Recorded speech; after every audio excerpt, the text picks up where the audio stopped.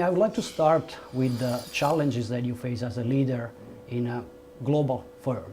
How has this changed over the years since you've become CEO in 2005? I think that since 2005 we changed dramatically, because in those days we were more wholesale and less retail. Today we are exactly the opposite. We are 70% retail and 30% wholesale. So the whole organization has to change. How did this change? And the culture of the organization has to change. And I think that today, in a world that is becoming more and more complex, I think the challenge of a leader, regardless of the field, is how to cope with complexity. And to cope with unknown variables.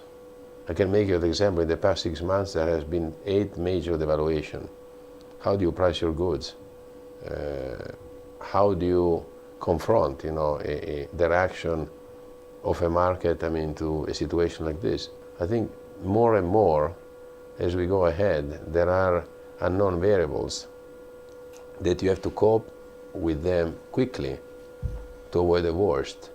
And so unless you have a flexible organization and you are capable to make also unpopular decision, it's hard to go about. How do you balance, especially the emerging markets versus mature markets?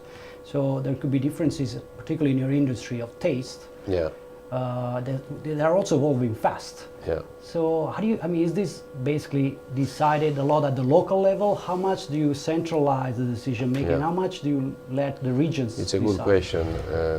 I think we do both. In that the part of the brand that has to be controlled centrally, you cannot delegate.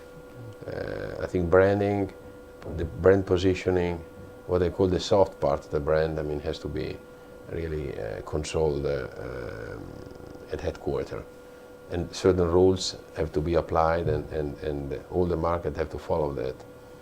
In terms of instead understanding the desire of the customer, I think certain aspect of the service, I think that you have to hear what the locals say. So I think that is a mix, between the two, and the challenge is how to regulate, the organization and create a strong team by motivating both sides. I think that market visit are very important.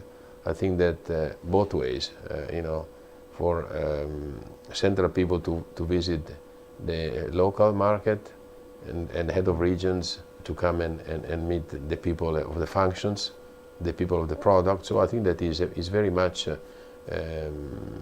advisable to travel together. And when I go these, usually I do at least 4 to 6 major trips, Asia and the Americas. I tend to go with different people because often we make decisions in the territory. Often we solve problems in the territory.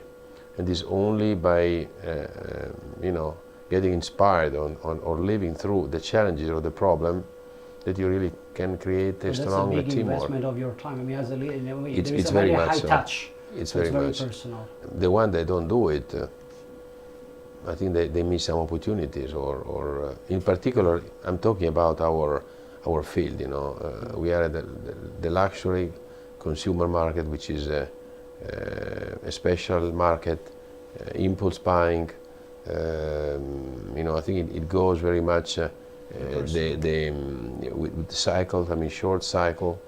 The other aspect, which is fairly new. I'm talking about the last 3 to 5 years, is the flow of traffic. If you think that 40% of the luxury business is done by people traveling, this is unbelievable.